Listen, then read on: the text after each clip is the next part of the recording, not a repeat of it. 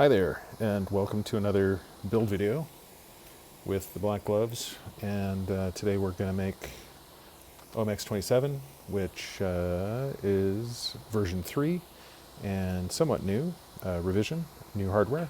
So here's a new video for that. Kits will come in this nice little paper bag, and let's show you what's in there.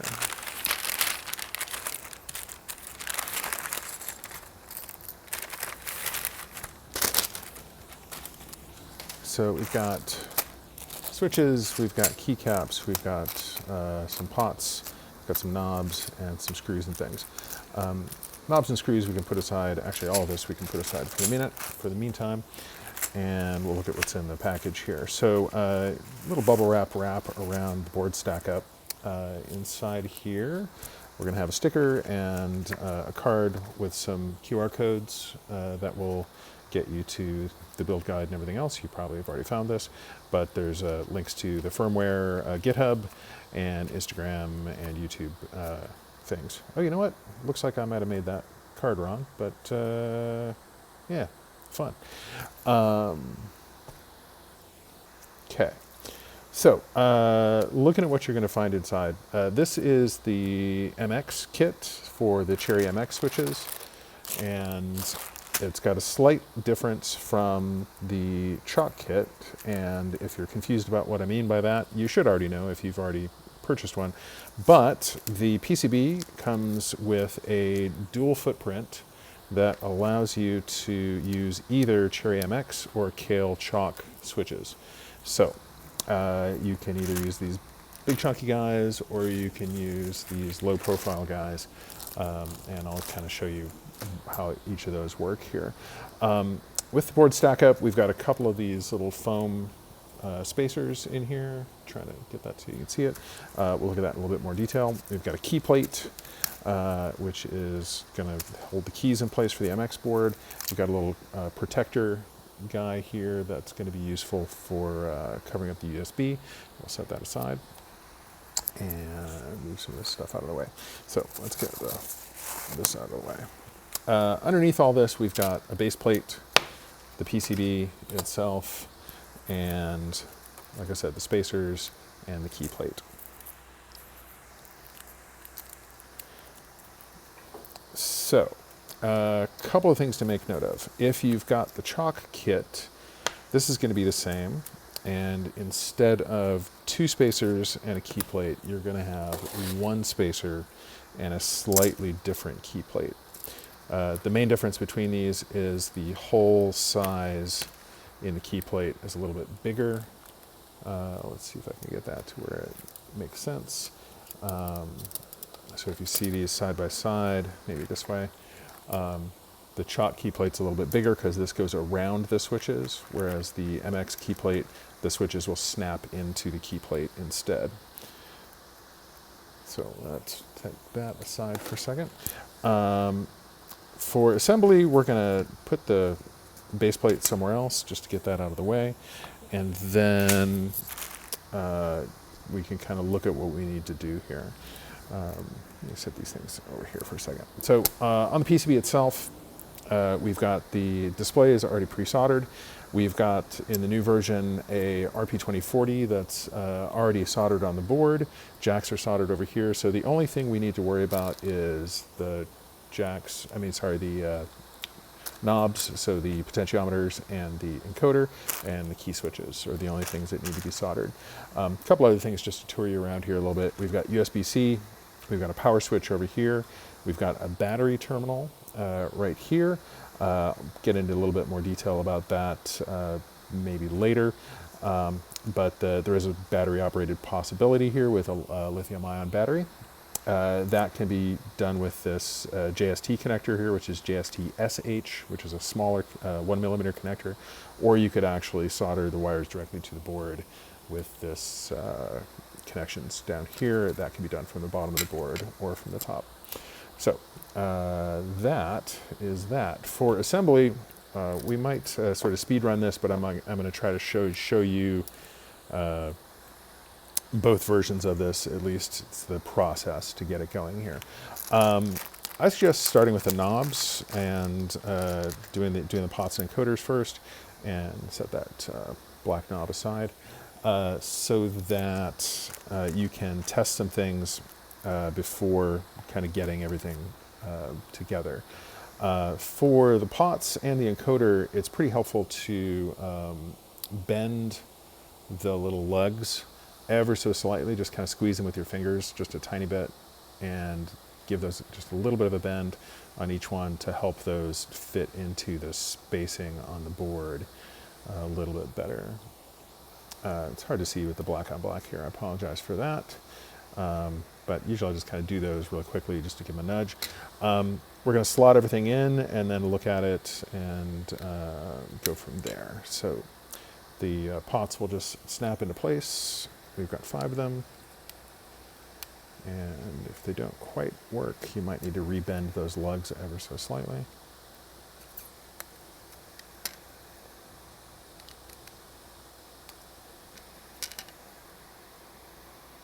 And 5th one's over there, and then the encoder. You've got a switch encoder, so it's got 2 pins on one side, 3 pins on the other. That should be pretty obvious how that gets inserted. And we just want to make sure those are nicely placed, and we could just go ahead and solder those and see what we got to do. All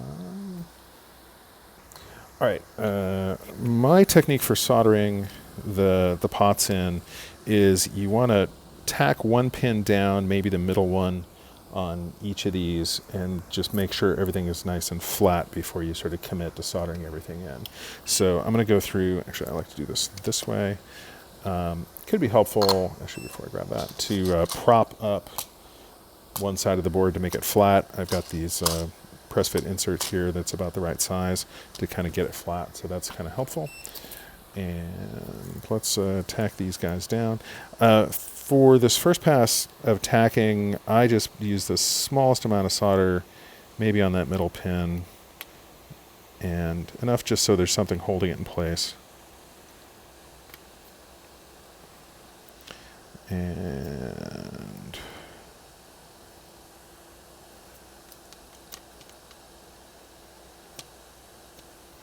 one, two, three, four. Did we get all those? Yeah.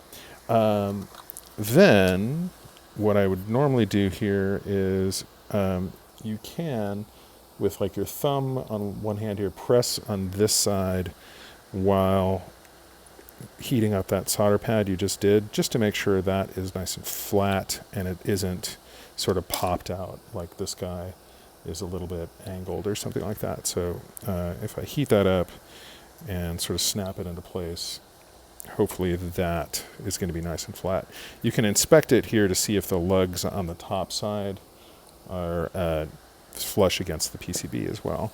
There's one more quick little test you can do for that as well, and that is to, if you look at, see if we can get this from the camera angle, just look at the board from the side and see if the knobs all sort of line up really nicely. If they look like they're nice and straight, that's good. In some cases, like they may be a little bit too far one way or the other this way. So could be helpful just to give them a little nudge and then go back through and solder the other legs on the pots.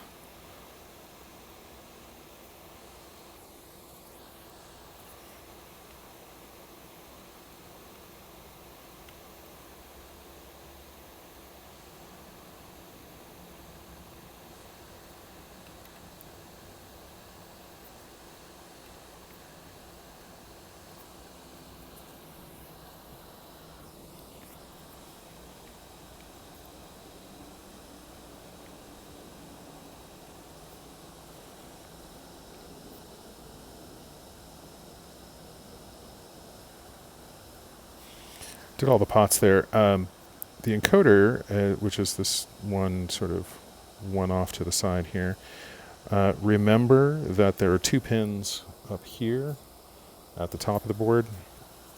And some of the stuff's hard to see because of the silk screen, but hey, sorry, trying to make things look neat. But yeah, make sure you get the switch pins here, or when you press the encoder switch, it won't work quite right. I've gone through and done the other bits here, but I'll retouch a little extra solder on each of these sort of center pins that I tacked before, just to make sure they've got a good joint going on there. And then, come on, get in there, solder. And just kind of give them a visual inspection and see. I will sometimes just go do a quick touch on each pin just to let the solder be molten and make sure that I've got a good melted solder on each joint. And when I do that, I'm getting the solder. I've got a chisel tip here on the soldering iron, and I just kind of want to get that in sideways to touch the pad and the pin at the same time. You can go through and solder the lugs here on all of these if you like. I would normally just give these the slightest little blob of solder. Don't have to fill in that entire hole. If you kind of hit it from the outside edge, you feed in a little solder there. That will do the trick. That's just, you just want to hold these things in place. You don't need to like glue the whole thing down. Extreme. Same thing. I'm going to flip it around just to make that a little easier because I'm right-handed. It's easier to go this way.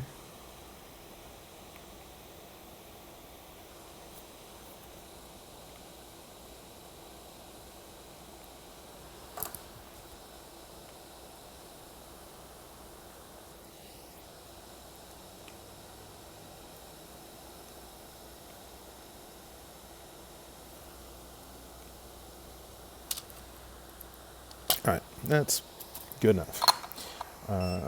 You can sort of give the knobs a little, rock them a little bit back and forth just to make sure that it feels like they're nice and solid, but should be pretty good.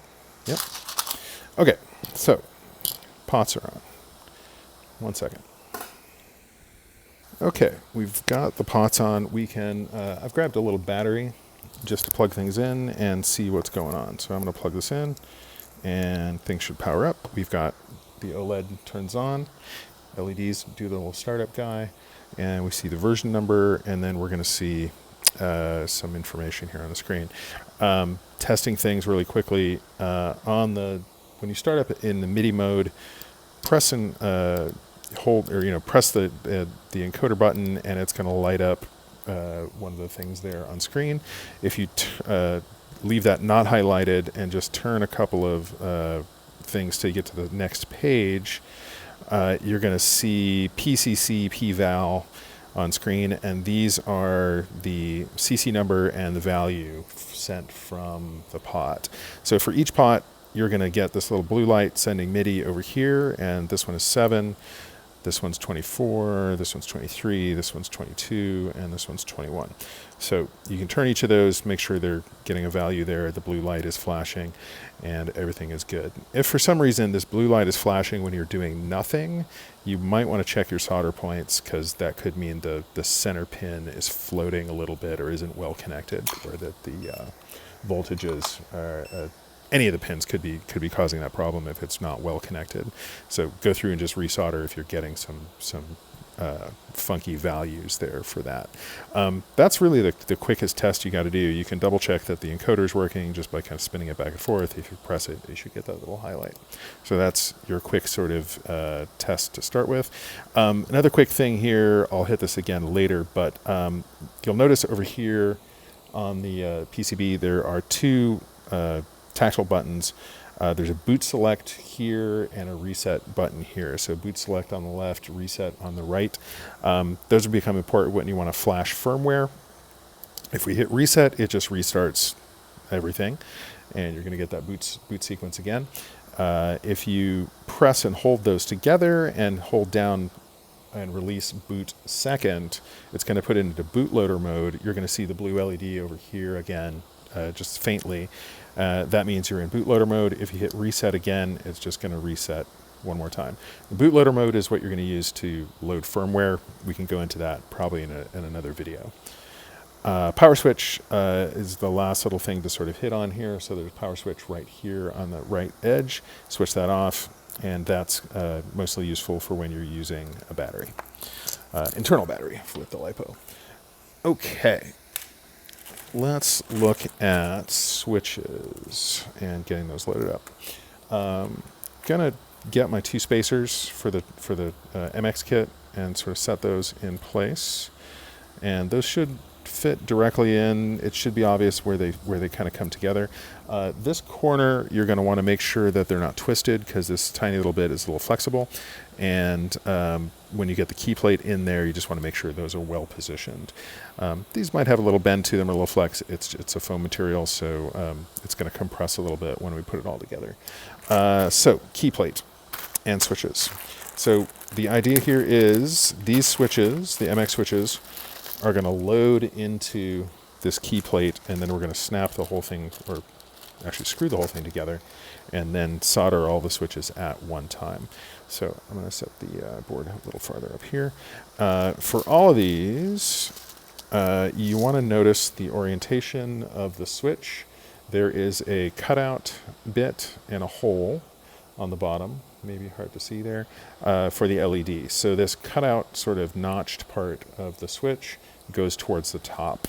The opposite side of this are the pins, which are at the bottom of the switch. So the orientation is pins towards the bottom, LEDs window towards the top. So when you load these, you're going to just drop them into the holes and press down, and it's going to have a little light snap to it and should stay in the position. If you need to get it back out again, like you put it in upside down, for example, there's 2 little tabs on either side of the switch that you can sort of get with your fingernails or a guitar pick or something of that nature. Squeeze those together and it should pop out. So when you put these in, you're going to just double check everything, but I'm going to kind of do this pretty quick here and maybe speed through this part, and then we'll show you what we need to do next. Okay.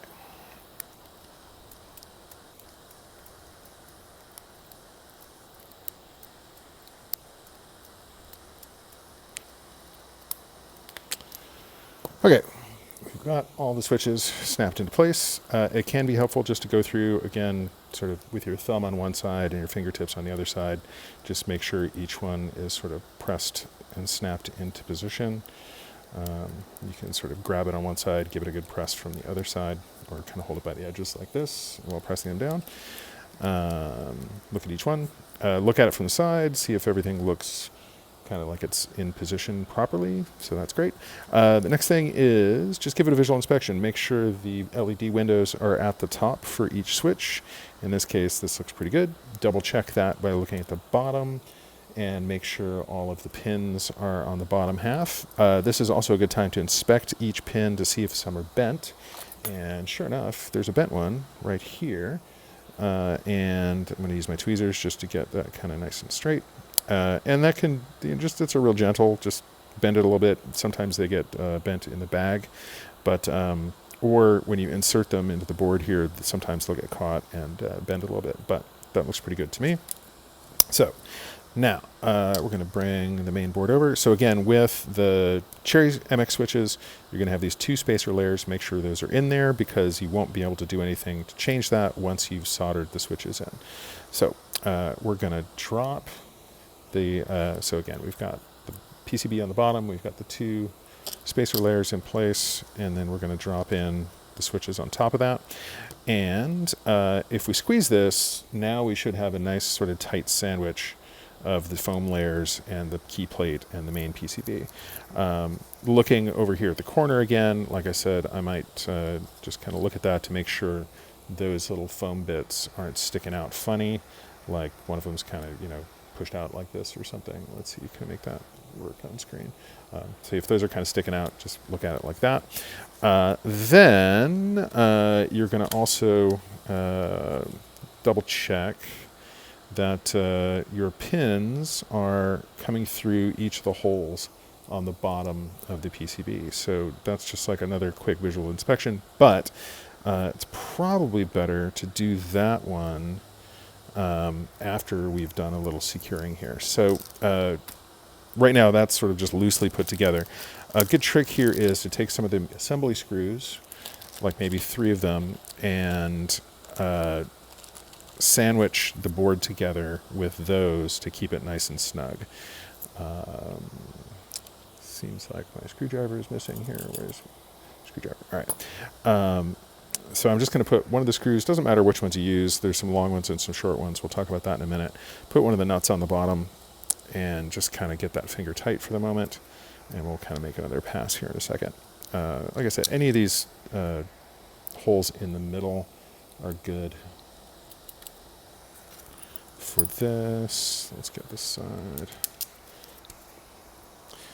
And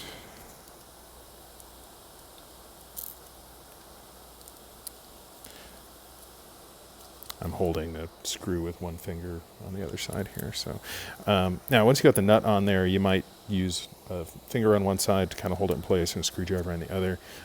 You could grab a little pair of pliers or something, but you really don't want to scratch the PCB, so maybe just your fingernails enough. Any of the, I'm going to talk about this again later, but any of the stuff we're doing with the screwdriver and the screws here is finger tight, like just to where it's snug. You don't have to crank that down. You don't have to like really tighten it. It's just enough to hold it in place. So give it a couple of turns, make it kind of snug, and we'll do this one as well. Because what's going to happen over here, I don't know if it's easy to see or not, it's easier to see in the corners, but since this foam layer's in the middle, when you tighten these, that corner, for example, is going to compress a little bit. You don't really need to compress it a lot. It's just to hold the base plate and sort of the everything together. Okay, we've got our little sandwich here. You don't have to hold on to it anymore. And we'll get our sort of extra screws out of the way. Double check that each of the key switches has pins sticking out of its particular holes here. So you got to maybe hit that at an angle to where you can see it. I'm looking at from my position here. So you can also just kind of use your fingers to go through and sort of touch each of those and make sure that there's 2 pins sticking out for each key position. Kind of maybe a little bit of a braille sort of approach here. And don't forget about the one up here in the corner. And yeah, I think we're in a good place here. Another thing we can do is just sort of go through and press all these down really nicely and make sure they're all in position and snapped in. Okay, so we are at a place where we could solder that together. And okay, at least for this video, I'm not going to solder this together so I can show you how to assemble the chocks as well. So same as what we did with the pots, at least for soldering here, you're going to go through, you can tack 1 pin on each of the switches and then give the little sandwich a squeeze if you want to and hit it with the soldering iron again. I'll probably show you that with the chocks, but for this one, I'm just going to sort of show you that assembly technique, and then we're going to do the chocks here as a sort of second bit. But anyway, so you're going to go through, solder each of the pins, and then everything is pretty much assembled. And then you do some testing and get the base plate on and that sort of thing. So we're going to do a little reverse of this and come back to do the chocks. Okay, so this is if we're using the chocks instead of Cherry MX. So if you've got a choc kit, this is the portion for you. Again, we've got our sort of pots already soldered on, and we just need to sort of get the switches on. Again, with the choc kit, we're going to have a single spacer layer and a single key plate. These can be added after you've soldered the switches on. So I'm just going to set these aside, and we're going to put the switches on and then put those on after. So these choc switches will just snap in directly into the board. Notice that they have an LED window at the top half. You can kind of see through right there. Pins are on the bottom half. There's also some pins that plastic pins that go through the PCB. So if we get that into there, you want to give it like a good snap into position, and it's going to stay. And give it a good press. Look at the bottom to make sure that the 2 pins are through and that it didn't bend one over when you tried to snap it in. But yeah, it's super easy. These are a little more have a little bit more of a positive snap to them than the MX switches, for example. And look at it sideways when you put each one in to make sure that it's, or we'll inspect this after just to make sure it's nice and flat. But again, you can grab it with a fingertip and a thumb and give it a good squeeze, and to make sure that you've got them in there. So let's do all these.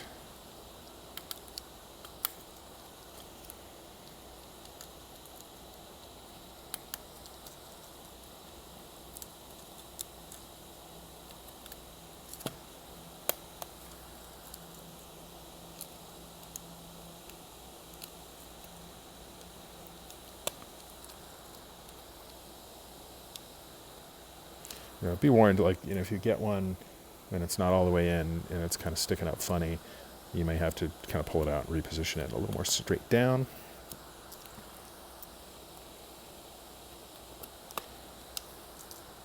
Because if they're not flat, then your keycaps are going to look a little funky when you get it all assembled.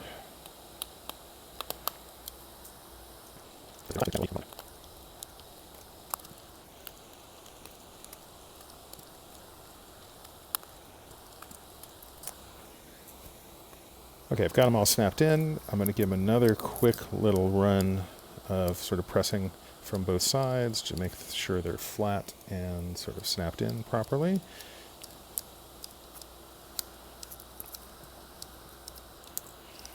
And cool. Okay, so we've got those in place. You can go ahead and solder this as is, or you could put the spacer on and the key plate on and then solder. But you can kind of see with these low profile switches, the spacer just fits around them and can fit over.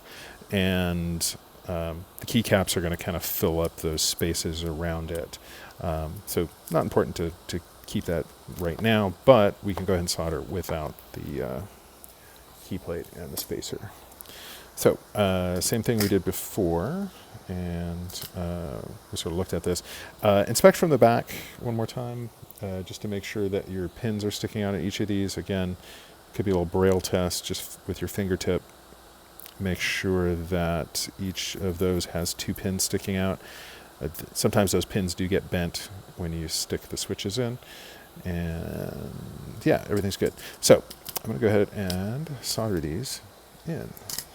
Use my little box here one more time. So as I did before, I'm going to solder 1 pin lightly for each switch position and just triple check that they're flat before I solder them totally in. These are a little easier to deal with because you can desolder an individual pin or an individual switch much easier than with the MX switches, which are sort of captured in that key plate.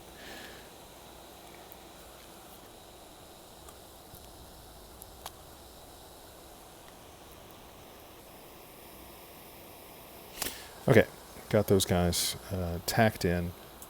Again, they shouldn't go anywhere because they are snapped into the board, but I'm going to go through and do this another pass here of each one by pressing with my fingertip on one side, pressing down on the board with my thumb with my left hand while heating up that joint that I've already just made. Might be overkill. Sometimes you need a little extra solder after doing that. But you could also just visually inspect them and make sure they're nice and flat before you sort of move on to the next step here. I need some more solder on my iron.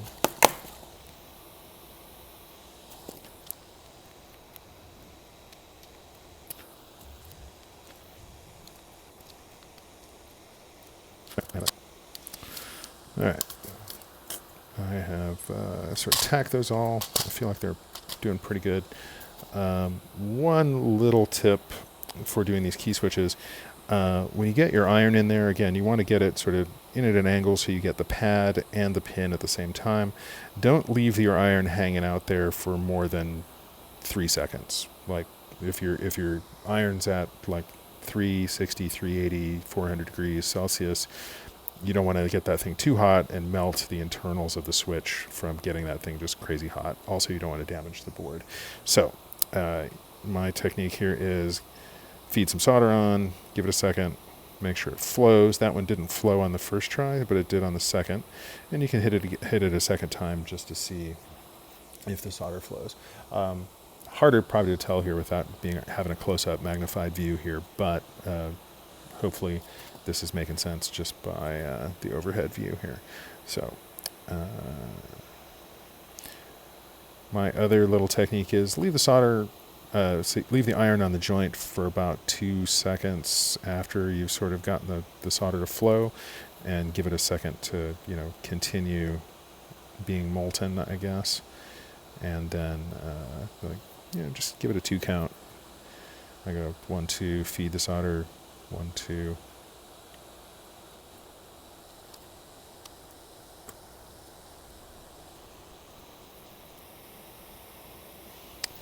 All right, I've gone through, done like the second one, and I'm going to make another pass for the ones that I tacked, just to make sure they've got a good amount of solder on them. Again, and it's just give it a quick touch, give it a couple seconds. There's no sort of right or wrong order for this. You just want to make sure you've got a good looking sort of domed connection on there. Again, that's hard to show off, I think, on my video here. But you can check out the Adafruit soldering guide for what your joints should look like.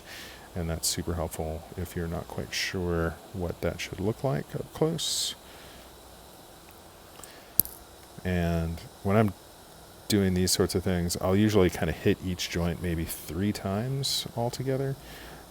Might tack it in place, give it a quick blob of solder, and then hit it a second time just to reflow it and make sure that everything is groovy.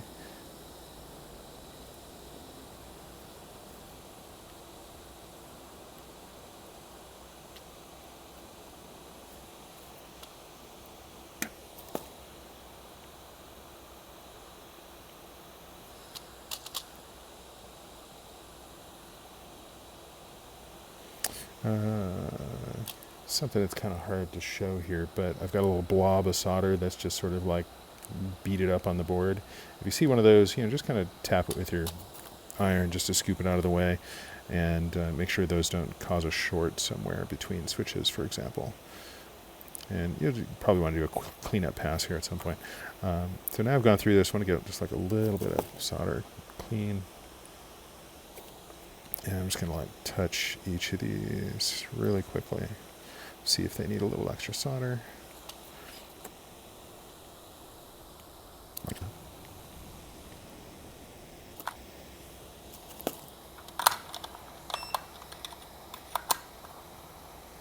Have problems with my soldering iron junk over here. Okay, we have got a board that is completed with our switches and everything, and that's pretty much built. That's it. That's all we got to do for soldering. We've got the pots on, we got the switches on. So if I bring my little battery back that we looked at before, so just got a USB-C battery to be able to quickly power things and turn it on with the power switch. Display is going to come on. We're going to get the rainbow on everything, and it usually starts up if you haven't changed anything. It'll start up in the MIDI mode, and at this point you can test each individual switch and see if they light up. So if everything is working, should just get an individual light to show up for everything except for this top corner. When you press this guy, it's going to light up a bunch of colors because this is your aux switch, which has a bunch of functions. But for everything down here, you're just going to get the individual LEDs lighting up. Since we're sending notes for these, you're going to get a little blue LED up there at the top of the board. Let's see if I can get it to light up. Yeah, so we're going to get that little MIDI activity light is going to blink there. So that is a quick test again. So we can unplug things and we can move on to assembly and sort of finish everything up. So from this point, the assembly is kind of the same for the Chocs and the MX version. And we'll kind of see what's going on here. So again, for the Chocs, you're going to get the spacer on, get your key plate on. Then we're going to want to get the base plate from before. And this guy is laser cut plastic. It's clear, and there's a brown paper over the plastic acrylic to keep it from getting scratched.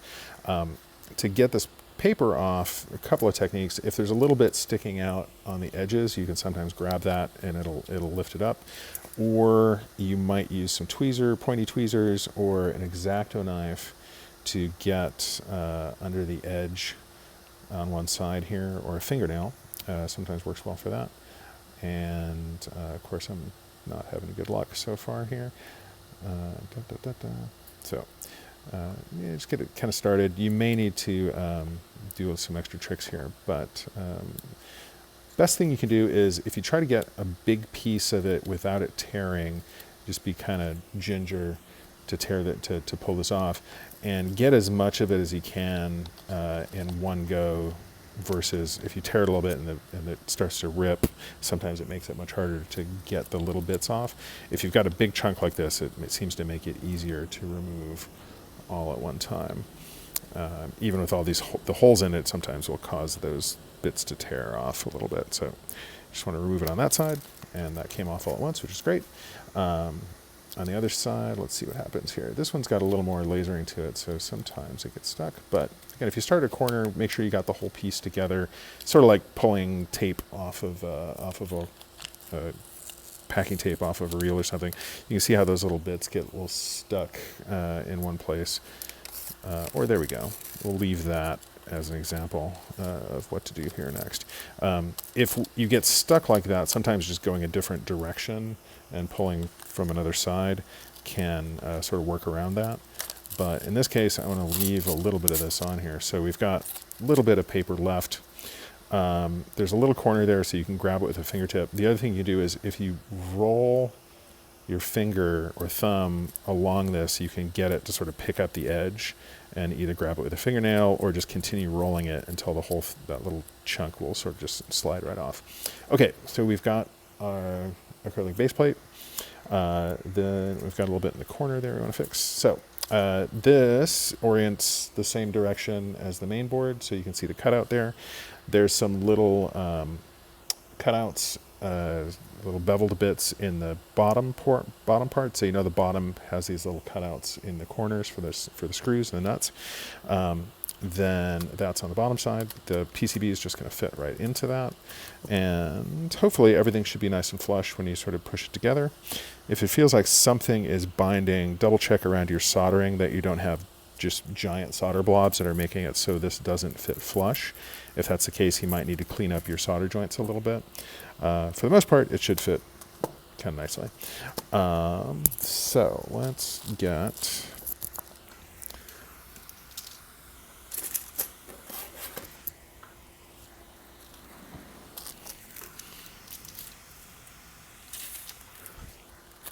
Okay, so for the Choc guy, we've got our little protector plate. We're going to keep that handy for a second here, but I'm going to walk you through the screws and everything. I want a screwdriver, and put my plastic bag aside and the feet aside.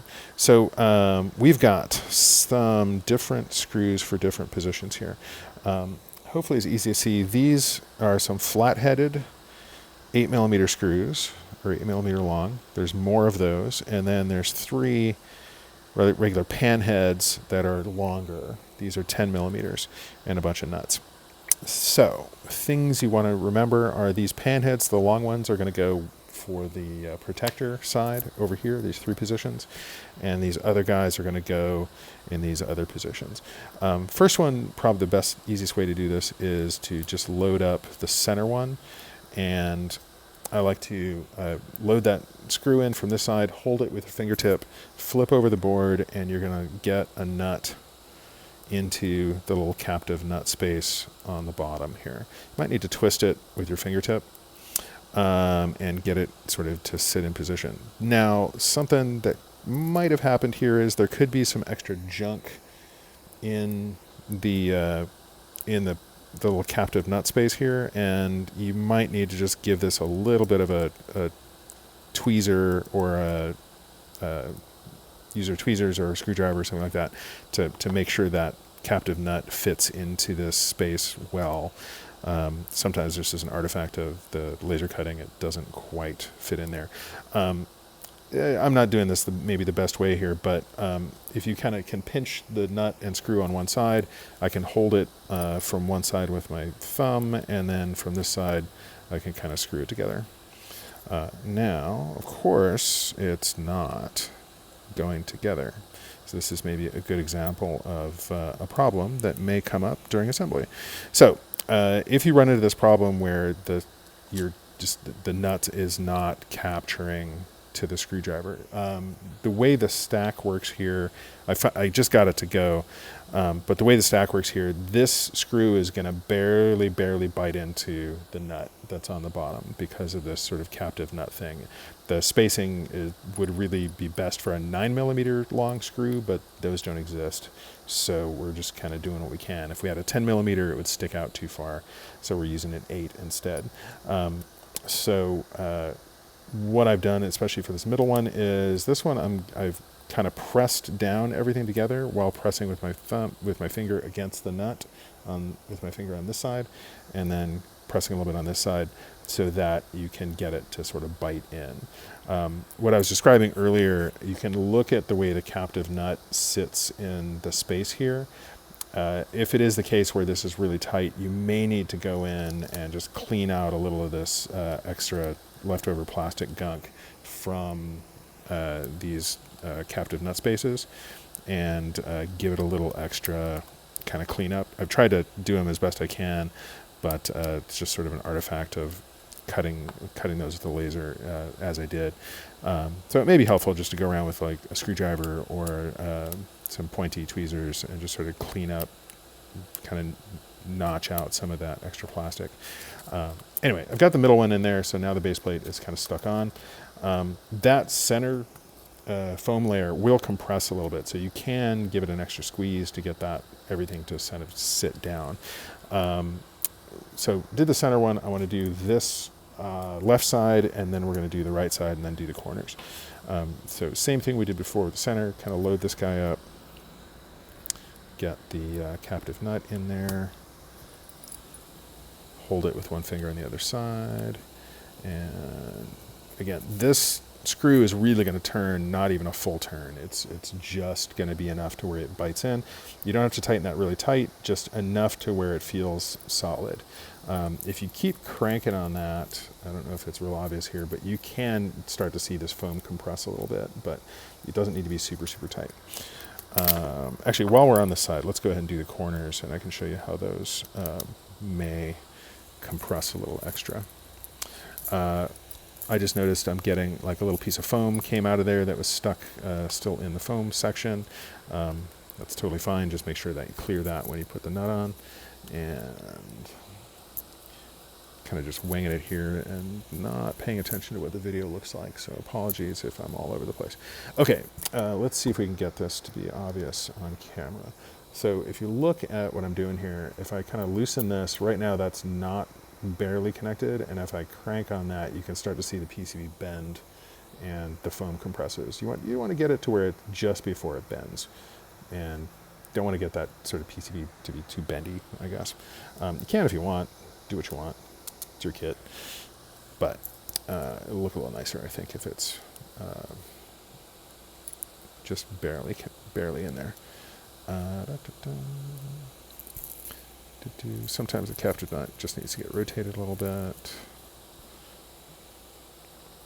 And again, like this one particularly, if you get it tight, it's going to start to squish, and you just want to back it off until it feels like it's connected and feels solid enough. Okay, we've got a couple of more flat screws, and we've got these other ones over here. Let's keep these extra 2 flat screws for a second to the side. And over here, let's get this back up on screen. Over here we got this protector which kind of sits on top of this side. You can use this or not. If you don't want to, you might just use a couple of the flat screws in the corners and don't worry about the others. Realistically, just these middle screws are going to hold everything together well enough. The corners are just to kind of keep things nice and snug. If you use the protector, the idea here is that this will sandwich around the USB port and keep it so that it doesn't get sort of jostled up or down. With the old version of this, occasionally people would drop it and the teensy would tear the the USB port would get torn off the teensy, and it would be a kind of a nightmare. So this is one technique to sort of work around that. For this one, I suggest do this bottom one first, drop in one of those longer screws, and do the same thing we did before. This is really one of those times where you just want to get it to where it's barely snug on there, because we're going to want to reposition the protector here to get it lined up nicely with the rest of the board. I want to do the sort of bottom one, the left one, then the top one on the corner, just to sort of get things going good. All right, so I've got that one sort of snugged in, and I can sort of align my edges here of the protector to make it look sort of nice and even. Once you're there, you can give everything just like a little half-quarter turn to snug it down. So we're going to get this corner in. Same thing I was talking about before, where we don't want this to be too snug over here. These 10s actually will have a little bit better positioning, but you can just get that in, tighten it. You don't want to crank it way down. Just a little bit of a turn to get it so that's looking nice.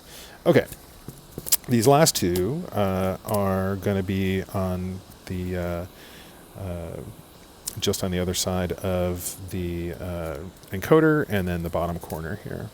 So this one is a little bit superfluous, might not even be needed. You could just keep this one as an extra if you don't feel like you need to connect it, but it's there if you want it. And then our bottom right corner. If this isn't connected, you might notice this will separate a little bit, but again, you do you. Can use the screws if you want to. If you hate everything about these, get some longer ones, and there you go. So now that plate is on, everything is pretty much assembled. We're feeling good about things. A couple things to note: the MX version is pretty much the same to do the screws. They're just a 10 millimeter and a 12 millimeter instead, because it's 2 millimeters thicker. The MX kits also might be a little tougher to get that initial sandwich kind of pushed together. And now that I look at this, I'm like, you know what, that guy's a little too tight. I'm going to loosen that up just to make it look nice. Okay, so, but again, look at it, see if it feels nice and flat. The old version of this had a different spacer and had a little bit of a gap there, which I wasn't happy with. So this new one is a better version of that, I hope. But again, just kind of get those in place. They don't have to be tight. You can leave them out if you feel like you want to. So from there, it's just put on some keycaps, and we're kind of done, right? So for the chocks, we've got these dot glow MBKs, and you notice they've got this sort of 2-pin connector that go into the little sort of pig nose over here. The dot goes up to where the LED is, and that's it. I'll put a couple of these on real quick. If you put them on wrong, if you put on upside down or something like that, they're easy enough to get off. If you get your fingertips just under each corner, you can sort of give them a wiggle back and forth, or just kind of pull upwards if you can. I'm trying to do this very gingerly, and they might pop off. Some of these are notorious for breaking the little peg on the bottom of the keycap.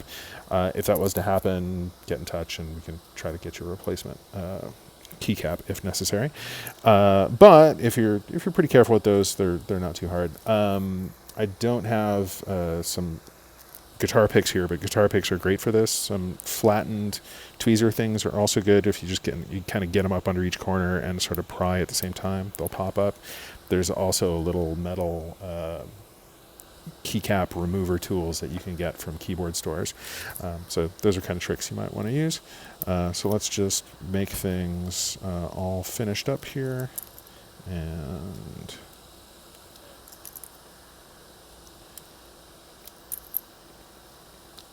show off the completed unit. So